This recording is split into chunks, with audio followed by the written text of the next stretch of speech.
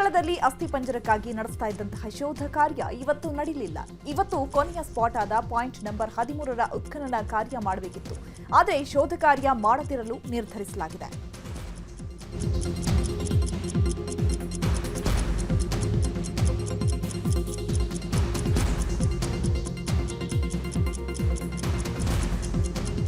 ಧರ್ಮಸ್ಥಳದಲ್ಲಿ ನೂರಾರು ಶವಗಳನ್ನು ಹೂತಿಟ್ಟ ಪ್ರಕರಣಕ್ಕೆ ಸಂಬಂಧಪಟ್ಟಂತೆ ಮೊದಲ ಹಂತದ ಉತ್ಖನನ ಪ್ರಕ್ರಿಯೆಯ ಕ್ಲೈಮ್ಯಾಕ್ಸ್ ಹಂತಕ್ಕೆ ಇವತ್ತು ನಾವು ಬಂದಿದ್ದೇವೆ. 9ನೇ ದಿನವಾದ ಇಂದು ಸ್ಪಾಟ್ ನಂಬರ್ 13ರನ್ನು ಉತ್ಖನನ ಮಾಡಬೇಕಾಗಿತ್ತು. ಇವತ್ತು ಆ ಸ್ಪಾಟ್ ನಂಬರ್ 13ರ ಉತ್ಖನನ ಕಾರ್ಯ ಸ್ಥಗಿತವಾಗಿದೆ. ನಾಳೆ ಆ ಉತ್ಖನನ ಕಾರ್ಯ ಮುಂದುವರಿಯುವಂಥ ಸಾಧ್ಯತೆಗಳು ಕೂಡ ಇದೆ. ಹಾಗಾದರೆ ಸ್ಪಾಟ್ ನಂಬರ್ 13ಕ್ಕೆ ಇರುವಂತಹ ಭೌಗೋಳಿಕ ಸವಾಲುಗಳು ಏನು ಎಂಬುದರ ಬಗ್ಗೆ ನಿಮಗೆ ತೋರಿಸ್ತಾ ಇದ್ದೀನಿ. ನನ್ನ ಹಿಂಭಾಗದಲ್ಲಿ ಕಾಣ್ತಾ ಇದ್ದೀರಿ, ಪೊಲೀಸರು ಇವತ್ತಿಗೂ ಕೂಡ ಪಹರೆಯನ್ನು ಕಾಯ್ತಾ ಇದ್ದಾರೆ. ಕಳೆದ 9 ದಿನಗಳಿಂದ ಇದೇ ಸ್ಪಾಟಿಗೆ ರಾತ್ರಿ ಹಗಲು ಪೊಲೀಸರು ಪಹರೆಯನ್ನು ಕಾಯ್ತಾ ಇದ್ದಾರೆ. ಈ ಸ್ಪಾಟ್ ನಂಬರ್ 13 ಬರುವಂಥದ್ದು ನೇತ್ರಾವತಿ ಸ್ನಾನಘಟ್ಟದಿಂದ ಅಜಿಕ್ಕುರಿ ಎಂಬಲ್ಲಿ ಸಂಪರ್ಕ ಮಾಡುವಂಥ ರಸ್ತೆಯ ಸ್ವಲ್ಪವೂ ದೂರ ಭಾಗದಲ್ಲಿ, ಅಂದರೆ ಈ ಜಾಗ ಏನಿದೆ ಅದು ರಸ್ತೆಯ ಪಕ್ಕದಲ್ಲೇ ಇರುವಂಥದ್ದು. ಹಾಗಾದರೆ ಇಷ್ಟು ಸುಲಭವಾಗಿರುವಂಥ ಜಾಗವನ್ನು ಉತ್ಖನನ ಮಾಡೋಕ್ಕೆ ಯಾಕೆ ಕಷ್ಟ ಅಂಥೇಳಿ ಹಲವು ಮಂದಿಯ ಪ್ರಶ್ನೆ ಇರ್ಬೋದು. ಆದರೆ ಈ ಸ್ಪಾಟ್ನ ನೇರವಾಗಿ ಎಡಭಾಗದಲ್ಲಿ ನೇತ್ರಾವತಿ ನದಿಯ ಕಿಂಡಿ ಅಣೆಕಟ್ಟು ಕೂಡ ಇರುವಂಥದ್ದು ಮತ್ತು ಆತ ಗುರುತು ಮಾಡಿರುವಂಥ ಸ್ಥಳದ ಒಳಗೆ ಸುಮಾರು 4-5 ವಿದ್ಯುತ್ ಕಂಬಗಳು ಕೂಡ ಇದೆ, ಟ್ರಾನ್ಸ್ಫರ್ ಕಂಬಗಳು ಕೂಡ ಇದೆ.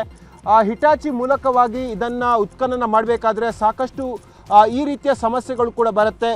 ಸುಮಾರು 10 ಅಡಿ ಆಳಕ್ಕೆ ಉತ್ಖನನ ಮಾಡಿದರೆ ಅಲ್ಲಿ ಡ್ಯಾಮ್ಗೆ ಹಾನಿಯಾಗುವಂಥ ಸಾಧ್ಯತೆಗಳು ಕೂಡ ಇದೆ ಮತ್ತು ಸುಮಾರು 5ರಿಂದ 6 ವಿದ್ಯುತ್ ಕಂಬಗಳನ್ನು ತೆಗಿಬೇಕಾದಂಥ ಅನಿವಾರ್ಯತೆ ಕೂಡ ಇದೆ. ಈ ನಿಟ್ಟಿನಲ್ಲಿ GPR ರೆಡಾರ್ ಸಿಸ್ಟಮನ್ನು ಬಳಸಬೇಕು ಎಂಬ ಬೇಡಿಕೆಯನ್ನು ಸದ್ಯ SIT ತಂಡ ಸರ್ಕಾರದ ಮುಂದೆ ಇಟ್ಟಿದೆ. ಆದರೆ ಸರ್ಕಾರ ಯಾವ ರೀತಿಯಾಗಿ ಇದಕ್ಕೆ ಪ್ರತಿಕ್ರಿಯೆ ಕೊಟ್ಟಿದೆ ಅನ್ನೋದು ಇವತ್ತು ಮೊಹಂತಿ ಅವರು ಸಭೆ ನಡೆಸಿದ ಬಳಿಕ ಅಧಿಕಾರಿಗಳಿಗೆ ಸೂಚನೆ ಕೊಡ್ತಾರೆ. ಜೊತೆಗೆ ಇವತ್ತು AC ಸ್ಟೆಲ್ಲಾ ವರ್ಗೀಸ್ ಅವರಿಗೆ ಬಹು ಅತ್ಯಮೂಲ್ಯವಾದಂಥ ವಿಡಿಯೋ ಕಾನ್ಫರೆನ್ಸ್ ಮೀಟಿಂಗ್ ಇದ್ದ ಕಾರಣಕ್ಕಾಗಿ ಇವತ್ತಿನ ಉತ್ಖನನ ಕಾರ್ಯವನ್ನು ವಿವಿಧ ಕಾರಣಗಳಿಗಾಗಿ ಸ್ಥಗಿತಗೊಳಿಸಲಾಗಿದೆ. ನಾಳೆ ಉತ್ಖನನ ಕಾರ್ಯ ಆಗುವಂಥ ವಿಶ್ವಾಸ ಇದೆ. ರೆಡಾರ್ ಮೂಲಕವಾಗಿ ಉತ್ಖನನ ಮಾಡ್ತಾರಾ, ಹಿಟಾಚಿ ಮೂಲಕವಾಗಿ ಉತ್ಖನನ ಮಾಡ್ತಾರಾ ಅಥವಾ ಮಾನವ ಶ್ರಮದ ಮೂಲಕವಾಗಿ ಉತ್ಖನನ ಮಾಡ್ತಾರಾ ಎಂಬ ಎಲ್ಲ ಪ್ರಶ್ನೆಗಳಿಗೆ ನಾಳೆ ಬೆಳಗ್ಗೆ 11 ಗಂಟೆಗೆ ಉತ್ತರ ಸಿಗಲಿದೆ.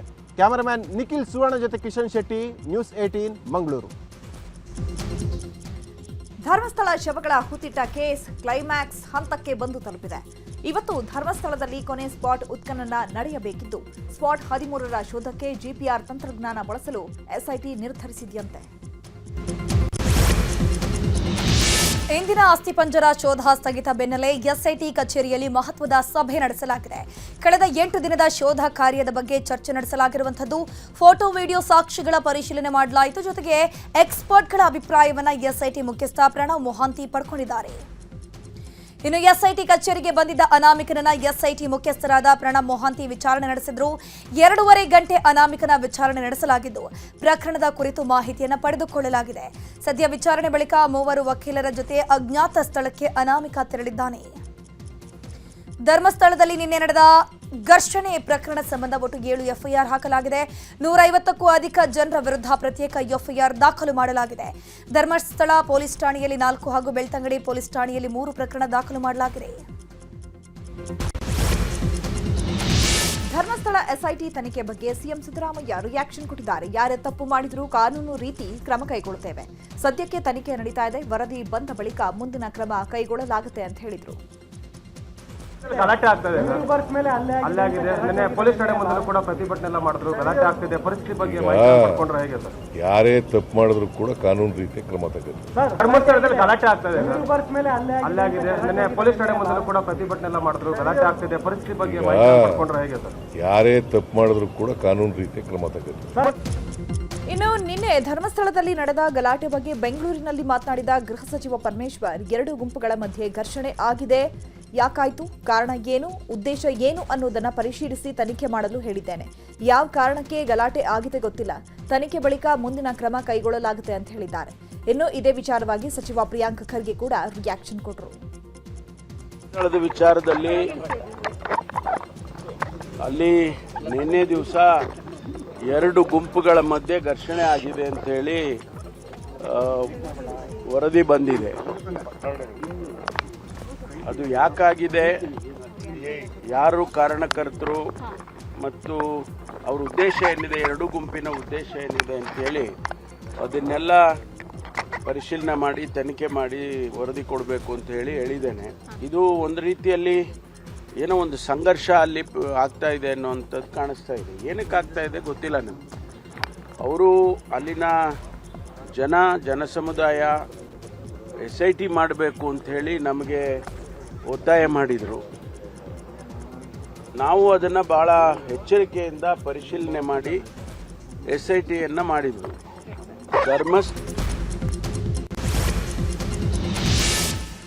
ಧರ್ಮಸ್ಥಳ SIT ತನಿಖೆ ವಿಚಾರವಾಗಿ ಮಾಧ್ಯಮಗಳಿಗೆ ಮಾತನಾಡಿರುವಂತಹ ಬೈವಾ ವಿಜೇಂದ್ರ, ಧರ್ಮಸ್ಥಳ ಘಟನೆ ವಿಚಾರದಲ್ಲಿ ಪಾರದರ್ಶಕತೆ ತನಿಖೆ ಆಗಬೇಕು ಅಂತ ಹೇಳಿದ್ದೇವೆ. ಪತ್ರಕರ್ತರ ಮೇಲೆ ದಾಳಿ ಮಾಡಿರುವುದು ಅಕ್ಷಮ್ಯ ಅಪರಾಧ. ಇದರ ಬಗ್ಗೆ ಗೃಹ ಸಚಿವರು ಕ್ರಮ ತೆಗೆದುಕೊಳ್ಳಬೇಕು ಅಂತ ಹೇಳಿದ್ದಾರೆ. ಇನ್ನು ಇದೇ ವಿಚಾರವಾಗಿ ಆರ್ ಅಶೋಕ್, ಛಲವಾದಿ ನಾರಾಯಣಸ್ವಾಮಿ, ಸುನಿಲ್ ಕುಮಾರ್ ಹಾಗೂ ಅರ್ಗ ಜ್ಞಾನೇಂದ್ರ ಪ್ರತಿಕ್ರಿಯಿಸಿದ್ದಾರೆ. ಸ್ಥಳ ಈ ಘಟನೆ ವಿಚಾರದಲ್ಲಿ ಒಂದು ಪಾರದರ್ಶಕವಾಗಿರ್ತಕ್ಕಂಥ ಒಂದು ಸಮಗ್ರವಾಗಿರ್ತಕ್ಕಂಥ ತನಿಖೆ ಆಗಬೇಕು ಅಂತ ಹೇಳಿ ಕೂಡ ನಾವು ಹೇಳಿದ್ವಿ.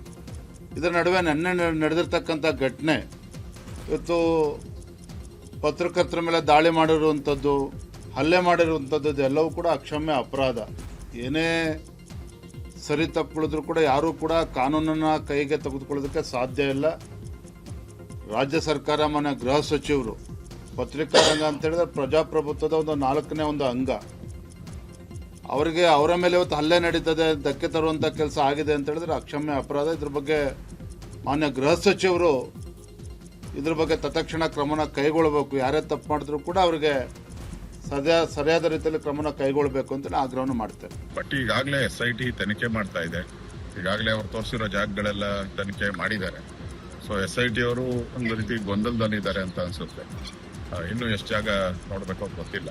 ನಾವು ಒಂದ್ಸರಿ ಕ್ಲಿಯರ್ ಆಗಲಿ, ಈ ಒಂದು ತನಿಖೆ ಮಾಡೋದ್ರಿಂದ ಸತ್ಯಾಸತ್ಯತೆ ಹೊರಗಡೆ, ಅದು ಒಂದು ಧರ್ಮ ಸ್ಥಳ, ಅದು ಸತ್ಯಾಸತ್ಯತೆ ಹೊರಗಡೆ ಬರ್ಲಿಕ್ಕೆ ಯಾರೇ ತಪ್ಪು ಮಾಡಿದ್ರು ಅವ್ರಿಗೆ ಶಿಕ್ಷೆ ಆಗುತ್ತೆ. ಅದು ಹಲ್ಲೆ ಮಾಡುವಂಥದ್ದು ಯಾರೇ ಮಾಡೋದು ತಪ್ಪು. ಏನೇ ಇದ್ರೂ ಪ್ರತಿಭಟನೆ ಮಾಡ್ಬೋದು ಅಷ್ಟೇ. ಹಲ್ಲೆ ಮಾಡುವಂಥದ್ದು ಒಳ್ಳೆ ಸಂಪ್ರದಾಯ. ಧರ್ಮಸ್ಥಳದ ಆ ಹೆಸರಿಗೆ ಒಂದು ಕಳಂಕ ಬರದೇ ಇರಬೇಕು ಅನ್ನೋದು ಭಕ್ತರ ತೀರ್ಮಾನ. ಆದ್ದರಿಂದ ಪದೇ ಪದೇ ಈ ರೀತಿ ಮಾಡಿ ಕೆಲವರೇ ಸೇರ್ಕೊಂಡು ಈ ರೀತಿ ಕೆಲಸ ಮಾಡ್ತಾ ಇರೋದು ನಮಗೆ ಬಹಳ ನೋವಾಗಿದೆ ಅನ್ನೋ ಕಾರಣಕ್ಕೆ ಅಲ್ಲಿ ಲೋಕಲ್ ಜನರು ಅವರು ಸಿಟ್ಟಿಗೆದ್ದಿದ್ದಾರೆ. ಅದು ತೀರ್ಮಾನ ಏನು ಮಾಡಬೇಕು ಅನ್ನೋದು ಅಲ್ಲಿನ ಜನರಿಗೂ ಮತ್ತು ಸರ್ಕಾರಕ್ಕೆ ಬಿಟ್ಟ ವಿಷಯ. ಸರ್ಕಾರ ಯಾವ ರೀತಿ ತೀರ್ಮಾನ ತಗೊಳ್ತದೆ ಅನ್ನೋದನ್ನು ನೋಡಬೇಕು. SITಯ ತೀರ್ಮಾನಗಳು ಏನು ಬರ್ತದೋ ಇದನ್ನು ಅವಲೋಕನ ಮಾಡಿ ನಾವು ಮಾತಾಡೋದು ಒಳ್ಳೆಯದು, ಉಚಿತ. ಧರ್ಮಸ್ಥಳದಕ್ಕೆ ಎನ್ಕ್ವೈರಿಗೆ ಕಂಪ್ಲೇಂಟ್ ಮಾಡಿದ್ರು. 100 ಹೆಣ ಹೂಳಿದ್ದೀನಿ ಅಂತ ಹೇಳಿದ್ದ ಕಂಪ್ಲೇಂಟ್ ಆಗಿತ್ತು. ಎನ್ಕ್ವೈರಿ ಕಂಡಕ್ಟ್ ಮಾಡಲಿಕ್ಕೆ ಒಂದು SITಯನ್ನು ಮಾಡಿದ್ದಾರೆ. ಅದನ್ನೆಲ್ಲರೂ ಕೂಡ ಸ್ವಾಗತಿಸಿದ್ದಾರೆ. SIT ತನ್ನ ಕಾನೂನುಬದ್ಧವಾದಂಥ ಎಲ್ಲ ತನಿಖೆಯನ್ನು ನಡೆಸ್ತದೆ, ಆದರೆ ಏನು ತೊಂದರೆ ಇಲ್ಲ. ಇತ್ತೀಚೆಗೆ ಕೆಲವರು ಎಡಪಂಥೀಯರು ಅಂತ ಹೇಳುವಂಥವರು ಧರ್ಮಸ್ಥಳದ ಶ್ರದ್ಧೆಯನ್ನು ಭಂಗ ಮಾಡುವಂಥ ರೀತಿಯಲ್ಲಿ ಹಿಂದೂ ಧಾರ್ಮಿಕತೆ ನಂಬಿಕೆಗಳನ್ನು ದುರ್ಬಲಗೊಳಿಸುವಂಥ ಪ್ರಯತ್ನಗಳನ್ನು ಕೆಲವರು ನಿರಂತರವಾಗಿ ಇವತ್ತು ಧರ್ಮಸ್ಥಳವನ್ನು ಕೇಂದ್ರವಾಗಿಟ್ಟುಕೊಂಡು ಮಾಡ್ತಾ ಬಂದಿದ್ದಾರೆ. ಇದರ ಬಗ್ಗೆ ಬಹಳ ದೊಡ್ಡ ಪ್ರಮಾಣದಲ್ಲಿ ನಾನು ಆಕ್ಷೇಪವನ್ನು ವ್ಯಕ್ತಪಡಿಸ್ತಾ ಇದ್ದೇನೆ. ಈ ತನಿಖೆಯಿಂದ ನ್ಯಾಯ ಸಿಗಬೇಕು ಅನ್ನೋದಕ್ಕಿಂತ ಹೆಚ್ಚಾಗಿ ಈ ತನಿಖೆಯ ಮುಖಾಂತರ ಹಿಂದೂ ಶ್ರದ್ಧಾ ಕೇಂದ್ರವನ್ನು ಗುರಿಯಾಗಿಟ್ಟುಕೊಂಡು ಅಪಪ್ರಚಾರವನ್ನು ಮಾಡಬೇಕು ಅನ್ನುವಂಥದ್ದೇ ಇದರ ಹಿಂದೆ ಇರುವಂಥ ಒಂದು ದೊಡ್ಡ ಹುನ್ನಾರ ಅಂತ ನಾನು ಅನ್ಕೊಳ್ತೇನೆ. 2022ರ Mangaluru auto rickshaw blast case ಸಂಬಂಧ ಜಾರಿ ನಿರ್ದೇಶನಾಲಯದಿಂದ ಸ್ಫೋಟಕ ಮಾಹಿತಿ ಬಹಿರಂಗಪಡಿಸಲಾಗಿದೆ. ಪತ್ರಿಕಾ ಪ್ರಕಟಣೆ ಹೊರಡಿಸಿರುವ ಇಡಿ ಧರ್ಮಸ್ಥಳ ದೇಗುಲ ಬ್ಲಾಸ್ಟ್ ಮಾಡೋದಕ್ಕೆ ಶಾರಿಕ್ ಪ್ಲಾನ್ ಮಾಡಿದ್ದ ಅಂತ ಹೇಳಿದೆ. ದೇಗುಲ ಬಳಿ IED ಬಾಂಬ್ ಸ್ಫೋಟಿಸೋದಕ್ಕೆ ಶಾರಿಕ್ ಪ್ಲಾನ್ ಮಾಡಿದ್ದ. ಇದಕ್ಕಾಗಿ ಕುಕ್ಕರ್ ಒಂದರಲ್ಲಿ IED ಬಾಂಬ್ ತಯಾರಿಸಿದ್ದ. ಬಳಿಕ ಆಟೋದಲ್ಲಿ ಮಂಗಳೂರಿಗೆ ತೆಗೆದುಕೊಂಡು ಹೋಗುವಾಗ ಬ್ಲಾಸ್ಟ್ ಆಗಿತ್ತು ಎಂಬ ಮಾಹಿತಿಯನ್ನ ಇಡಿ ಬಹಿರಂಗಪಡಿಸಿದೆ. ಈಗ ರಾಜಕೀಯ ವಲಯದ ಪ್ರಮುಖ ಸುದ್ದಿಗಳು. ಮತಗಳ್ಳತನದ ವಿರುದ್ಧ ನಾಳೆ ಬೆಂಗಳೂರಿನಲ್ಲಿ ಬೃಹತ್ ಪ್ರತಿಭಟನೆಗೆ ಕಾಂಗ್ರೆಸ್ ಪಕ್ಷ ಸಜ್ಜಾಗಿದೆ. ಕಾಂಗ್ರೆಸ್ ನಾಯಕ ರಾಹುಲ್ ಗಾಂಧಿ ನೇತೃತ್ವದಲ್ಲಿ ಒಂದು ಪ್ರತಿಭಟನೆ ನಡೆಯಲಿರುವಂಥದ್ದು. ಚುನಾವಣಾ ಆಯೋಗದ ವಿರುದ್ಧ ಫ್ರೀಡಂ ಪಾರ್ಕ್ನಲ್ಲಿ ಪ್ರತಿಭಟನೆ ನಡೆಯಲಿದ್ದು 1 ಲಕ್ಷಕ್ಕೂ ಅಧಿಕ ಕಾರ್ಯಕರ್ತರು ಭಾಗಿಯಾಗುವ ನಿರೀಕ್ಷೆ ಇದೆ. ರಾಹುಲ್ ಗಾಂಧಿ ಅವರು ಚುನಾವಣಾ ಅಕ್ರಮಕ್ಕೆ ಸಂಬಂಧಪಟ್ಟಂತೆ ದಾಖಲೆಗಳನ್ನು ಬಿಡುಗಡೆ ಮಾಡುವ ಸಾಧ್ಯತೆಗಳಿವೆ.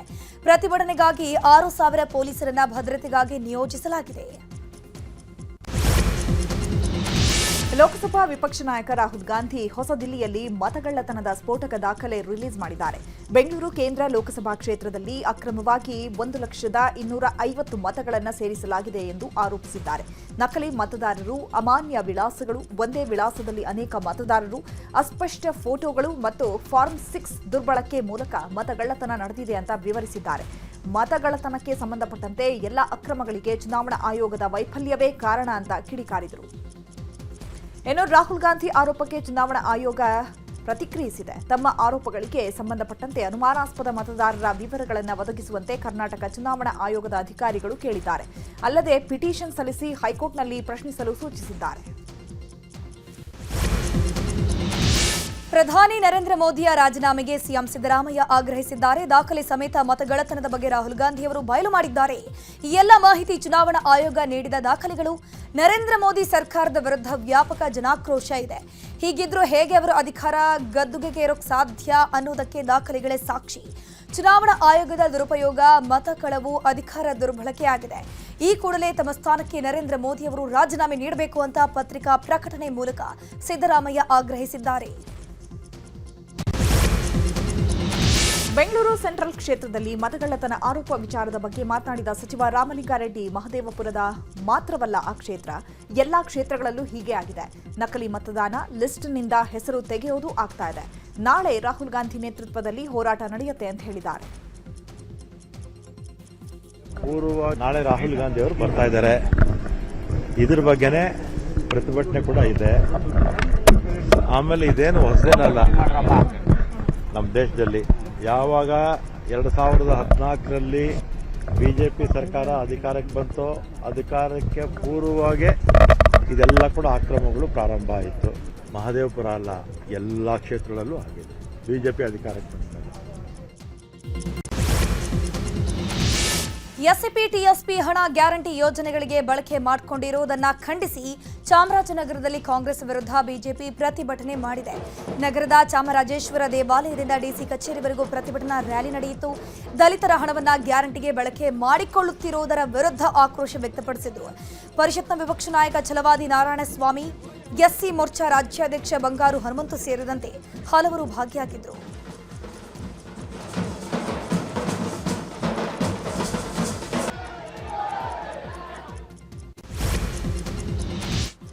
ಈಗ ರಾಜ್ಯದ ಸುದ್ದಿಗಳನ್ನು ನೋಡ್ತಾ ಹೋಗೋಣ. ಕಲಬುರಗಿಯಲ್ಲಿ ಧಾರಾಕಾರ ಮಳೆ ಆಗ್ತಾ ಇದ್ದು ಜನಜೀವನ ಅಸ್ತವ್ಯಸ್ತಗೊಂಡಿದೆ. ನಗರದ ವಿವಿಧೆಡೆ ರಸ್ತೆಗಳು, ತಗ್ಗು ಪ್ರದೇಶಗಳಿಗೆಲ್ಲ ನೀರು ನುಗ್ಗುವ ಆತಂಕ ಶುರುವಾಗಿದ್ದು, ಮಳೆಯಿಂದಾಗಿ ವಾಹನ ಸವಾರರು ಸಂಚಾರ ನಡೆಸಲು ಪರದಾಡುವಂತಾಗಿದೆ. ಇನ್ನು ಕೊಪ್ಪಳದಲ್ಲೂ ಭಾರೀ ಮಳೆ ಆಗಿದ್ದು, ಕೆರೆ ತುಂಬಿ ಹಳ್ಳ ಕೊಳ್ಳಗಳು ಹರಿತಾ ಇದೆ. ಪರಿಣಾಮ ಜಿಲ್ಲೆಯ ಕುಷ್ಟಗಿ ತಾಲೂಕಿನ ಟಕ್ಕಳಕಿ ಗ್ರಾಮದ ಜಮೀನಿಗೆಲ್ಲ ನೀರು ನುಗ್ಗಿದೆ. ಇದರಿಂದಾಗಿ ದಾಳಿಂಬೆ ಬೆಳೆ ಸಂಪೂರ್ಣ ನೀರು ಪಾಲಾಗಿದ್ದು, ಬೆಳೆ ಕಳ್ಕೊಂಡು ರೈತ ಕಂಗಾಲಾಗಿದ್ದಾರೆ. ಇನ್ನು ಬಳ್ಳಾರಿಯ ಸಂಡೂರಿನಲ್ಲಿರುವ ನಾರಿಹಳ್ಳ ಜಲಾಶಯ ಭರ್ತಿಯಾಗಿದೆ. ಹೀಗಾಗಿ ಜಲಾಶಯದಿಂದ ಹೆಚ್ಚುವರಿ ನೀರನ್ನ ಹಳ್ಳಕ್ಕೆ ರಿಲೀಸ್ ಮಾಡಲಾಗಿದ್ದು, ಕುರಕುಪ್ಪೆ ಹಳ್ಳದ ಸಮೀಪದ ಜಮೀನುಗಳು ಜಲಾವೃತವಾಗಿದೆ. ಇದರಿಂದಾಗಿ ಮೆಕ್ಕೆಜೋಳ, ಹತ್ತಿ, ಭತ್ತ ಸೇರಿದಂತೆ ತರಕಾರಿ ಬೆಳೆಗಳು ನಾಶವಾಗಿದೆ.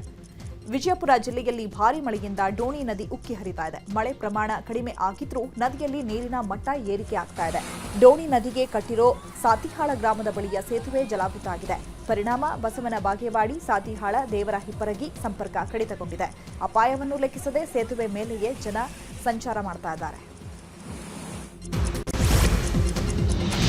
ಅಂಗನವಾಡಿ ಕೇಂದ್ರದ ಮೇಲ್ಛಾವಣಿ ಕುಸಿತವಾಗಿರುವ ಘಟನೆ ರಾಯಚೂರು ಜಿಲ್ಲೆಯ ಅರಕೇರ ತಾಲೂಕಿನ ಅಲ್ದರ್ತಿ ಗ್ರಾಮದಲ್ಲಿ ನಡೆದಿದೆ. ಅದೃಷ್ಟವಶಾತ್ ಮಕ್ಕಳಿಗೆ ಯಾವುದೇ ಹಾನಿಯಾಗಿಲ್ಲ. ಆದರೆ ಅಂಗನವಾಡಿ ಶಿಕ್ಷಕಿ ಮಹಾದೇವಮ್ಮಗೆ ಗಂಭೀರ ಗಾಯಗಳಾಗಿದ್ದು ಆಸ್ಪತ್ರೆಗೆ ದಾಖಲು ಮಾಡಲಾಗಿದೆ. ರಾಜ್ಯದಲ್ಲಿ ರಸಗೊಬ್ಬರ ಕೊರತೆ ಇನ್ನೂ ನೀಗಿಲ್ಲ. ಯೂರಿಯಾ ಗೊಬ್ಬರಕ್ಕಾಗಿ ಚಪ್ಪಲಿ ಕ್ಯೂ ಇರಿಸಿ ರೈತರು ಕಾಯ್ತಾ ಇರುವಂತಹ ಘಟನೆ ಗದಗ ಜಿಲ್ಲೆಯ ಲಕ್ಷ್ಮೇಶ್ವರ ಪಟ್ಟಣದಲ್ಲಿ ನಡೆದಿದೆ. ಕೃಷಿ ಉತ್ಪನ್ನ ಮಾರಾಟ ಸಹಕಾರಿ ಸಂಘದ ಎದುರು ರೈತರು ಮುಂಜಾನೆಯಿಂದಲೂ ಗೊಬ್ಬರಕ್ಕಾಗಿ ಕಾಯ್ತಾ ಇದ್ದಾರೆ.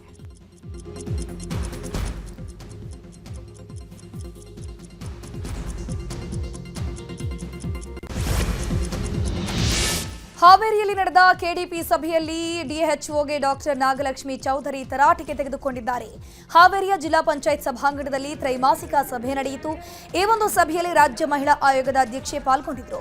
ಆಸ್ಪತ್ರೆಗಳಲ್ಲಿ ಬಾಣಂತಿಯರಿಗೆ ಬಿಸಿ ನೀರು, ಊಟ ಯಾಕೆ ಕೊಡ್ತಿಲ್ಲ ಅಂತ ಜಿಲ್ಲಾ ಆರೋಗ್ಯಾಧಿಕಾರಿಗಳಿಗೆ ಫುಲ್ ಕ್ಲಾಸ್ ತೆಗೆದುಕೊಂಡರು. ನಾಳೆ ವರಮಹಾಲಕ್ಷ್ಮಿ ಹಬ್ಬ ಹಿನ್ನೆಲೆ ಹೂ, ಹಣ್ಣು, ತರಕಾರಿ ಬೆಲೆ ಗಗನಕ್ಕೇರಿದೆ. ಕಳೆದ ವಾರಕ್ಕಿಂತ ಈ ವಾರ ದರ ದುಪ್ಪಟ್ಟಾಗಿದೆ. ಹುರುಳಿಕಾಯಿ ಈ ಹಿಂದೆ 80 ರೂಪಾಯಿ ಇದ್ರೆ ಇವತ್ತು 120 ರೂಪಾಯಿ ಏರಿಕೆಯಾಗಿದೆ. ಕ್ಯಾಪ್ಸಿಕಮ್, ಬೀನ್ಸ್, ಬದನೆಕಾಯಿ, ಹೂಕೋಸು ಸೇರಿದಂತೆ ಹಲವು ತರಕಾರಿಗಳ ಬೆಲೆ 1 to ಡಬಲ್ ಆಗಿದೆ. ಇನ್ನು ಹಣ್ಣುಗಳ ಬೆಲೆ ಕೂಡ ಏರಿಕೆಯಾಗಿದ್ದು, ಸೇಬು ಕೆಜಿಗೆ 250ಕ್ಕೆ ಮಾರಾಟ ಆಗ್ತಾ ಇದೆ. ಇನ್ನು ಕನಕಾಂಬರ ಹೂವು 1300ರಿಂದ 1600ಕ್ಕೆ ಮಾರಾಟವಾಗ್ತಾ ಇದ್ದು, ಬೆಲೆ ಏರಿಕೆ ಮಧ್ಯೆಯೇ ಜನರು ಖರೀದಿ ಮಾಡ್ತಿದ್ದಾರೆ.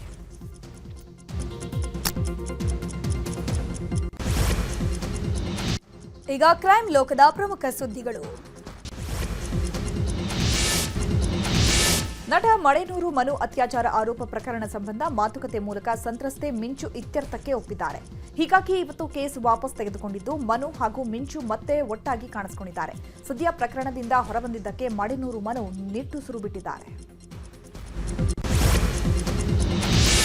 ಮಂಡ್ಯದ ಮಳವಳ್ಳಿಯಲ್ಲಿ ಕಿಡಿಗೇಡಿಗಳು ದೇವಸ್ಥಾನಕ್ಕೆ ಕನ್ನ ಹಾಕಿದ್ದಾರೆ. ಕಳ್ಳತನದ ಬಳಿಕ ದೇವಸ್ಥಾನದ ಗೋಡೆ ಮೇಲೆ ಅರ್ಧ ಚಂದ್ರನ ಮೇಲೆ ಸ್ಟಾರ್ ಚಿತ್ರ ಬಿಡಿಸಿದ್ದಾರೆ. ಮಳವಳ್ಳಿಯ ಚಿಕ್ಕ ಮಾಳಿಗೆ ಕೊಪ್ಪಲು ಗ್ರಾಮದಲ್ಲಿ ಈ ಒಂದು ಘಟನೆ ನಡೆದಿದೆ. ದೇವಸ್ಥಾನದಲ್ಲಿದ್ದ ತಟ್ಟೆ ಕಾಸು ಕದ್ದು ದೇವಸ್ಥಾನದ ಒಳಭಾಗದಲ್ಲೂ 786 ಅಂತ ಬರೆಯಲಾಗಿದೆ.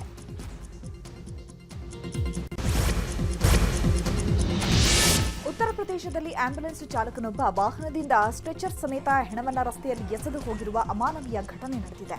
ಪೊಲೀಸರು ಮತ್ತು ಸ್ಥಳೀಯರ ಜನರ ಎದುರೇ ಈ ಕೃತ್ಯವನ್ನ ಎಸಗಿದ್ದಾರೆ. ಶವವನ್ನ ಮರಣೋತ್ತರ ಪರೀಕ್ಷೆಗೆ ತೆಗೆದುಕೊಂಡು ಹೋಗ್ತಾ ಇದ್ದಾಗ ಈ ಘಟನೆ ಸಂಭವಿಸಿದೆ. ಆಂಬ್ಯುಲೆನ್ಸ್ ಚಾಲಕನನ್ನ ಪೊಲೀಸರು ಬಂಧಿಸಿದ್ದಾರೆ.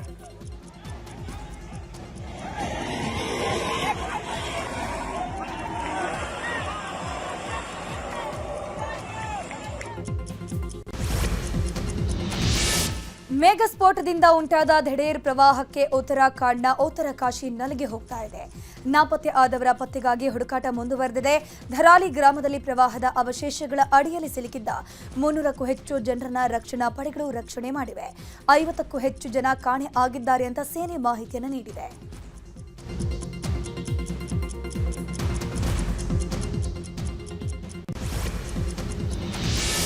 ನಗದು ಪತ್ತೆ ಪ್ರಕರಣದಲ್ಲಿ ನ್ಯಾಯಮೂರ್ತಿ ಯಶವಂತ್ ವರ್ಮಾ ಅವರನ್ನ ತಪ್ಪಿತಸ್ಥರಲ್ಲ ಅಂತ ಘೋಷಿಸಲು ಸುಪ್ರೀಂ ಕೋರ್ಟ್ ತಿರಸ್ಕರಿಸಿದೆ. ತಪ್ಪಿತಸ್ಥ ಅಂತ ಹೇಳಿದ್ದ ಆಂತರಿಕ ತನಿಖಾ ಸಮಿತಿಯ ವರದಿಯನ್ನು ರದ್ದುಗೊಳಿಸುವಂತೆ ಕೋರಿ ನ್ಯಾಯಮೂರ್ತಿ ಯಶವಂತ್ ವರ್ಮಾ ಸುಪ್ರೀಂ ಕೋರ್ಟ್ಗೆ ಅರ್ಜಿ ಸಲ್ಲಿಸಿದರು. ನ್ಯಾಯಮೂರ್ತಿ ವರ್ಮಾ ಅವರನ್ನ ಪದಚ್ಯುತಗೊಳಿಸಲು ಶಿಫಾರಸು ಮಾಡಿದ ಸಮಿತಿಯ ವರದಿಯನ್ನ ಪ್ರಧಾನಿ ಮತ್ತು ರಾಷ್ಟ್ರಪತಿಗಳಿಗೆ ರವಾನಿಸುವುದು ಸಾಂವಿಧಾನಿಕವಾಗಿ ಮಾನ್ಯವಾಗಿದೆ ಅಂತ ಕೋರ್ಟ್ ಹೇಳಿದೆ.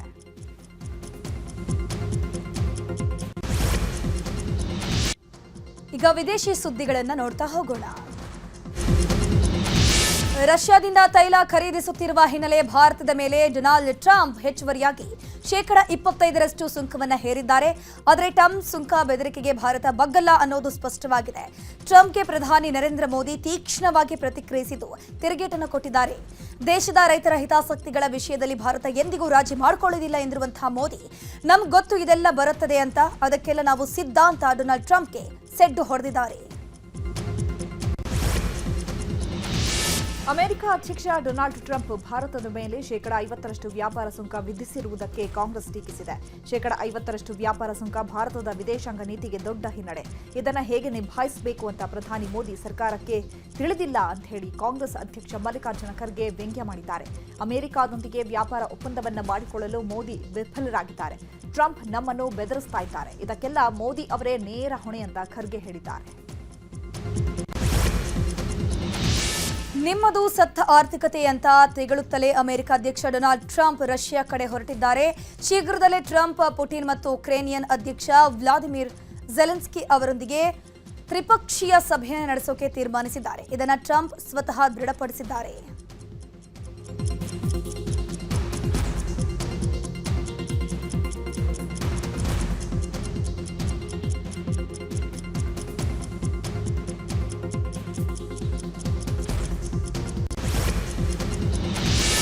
ಡೊನಾಲ್ಡ್ ಟ್ರಂಪ್ ಅವರ ಸುಂಕ ಯುದ್ಧದ ನಡುವೆ ರಷ್ಯಾ ಅಧ್ಯಕ್ಷ ವ್ಲಾಡಿಮಿರ್ ಪುಟಿನ್ ಶೀಘ್ರದಲ್ಲೇ ಭಾರತಕ್ಕೆ ಭೇಟಿ ನೀಡಲಿದ್ದಾರೆ. ಈ ಬಗ್ಗೆ ರಾಷ್ಟ್ರೀಯ ಭದ್ರತಾ ಸಲಹೆಗಾರ ಅಜಿತ್ ದೋವಲ್ ಮಾಸ್ಕೋ ಭೇಟಿಯ ಸಂದರ್ಭದಲ್ಲಿ ತಿಳಿಸಿದ್ದಾರೆ. ಈ ತಿಂಗಳ ಕೊನೆಯ ವಾರದಲ್ಲಿ ಭೇಟಿ ನೀಡುವ ಸಾಧ್ಯತೆಗಳಿವೆ.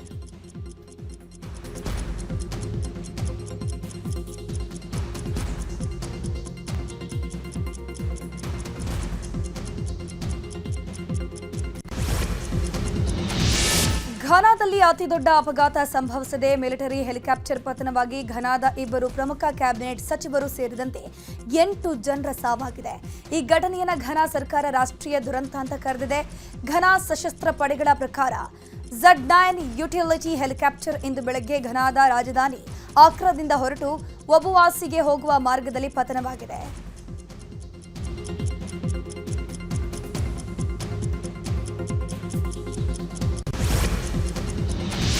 ಪಾಕಿಸ್ತಾನದ ಇಸ್ಲಾಮಾಬಾದ್ನಲ್ಲಿ ಭಾರೀ ಮಳೆ ಆಗ್ತಾ ಇದೆ. ಪರಿಣಾಮ ಇಸ್ಲಾಮಾಬಾದ್ ಸುತ್ತಮುತ್ತ ಪ್ರವಾಹ ಉಂಟಾಗಿದ್ದು ಜನವಸತಿ ಪ್ರದೇಶಗಳು ಮುಳುಗಡೆಯಾಗಿದೆ. ಚಟ್ಟ ಬಕ್ತಾವರ್ ಪ್ರದೇಶದಲ್ಲಿ ರಸ್ತೆಗಳು, ಜಮೀನುಗಳು ಎಲ್ಲವೂ ಜಲಾವೃತವಾಗಿದ್ದು ಜನ ಪರದಾಡುತ್ತಿದ್ದಾರೆ.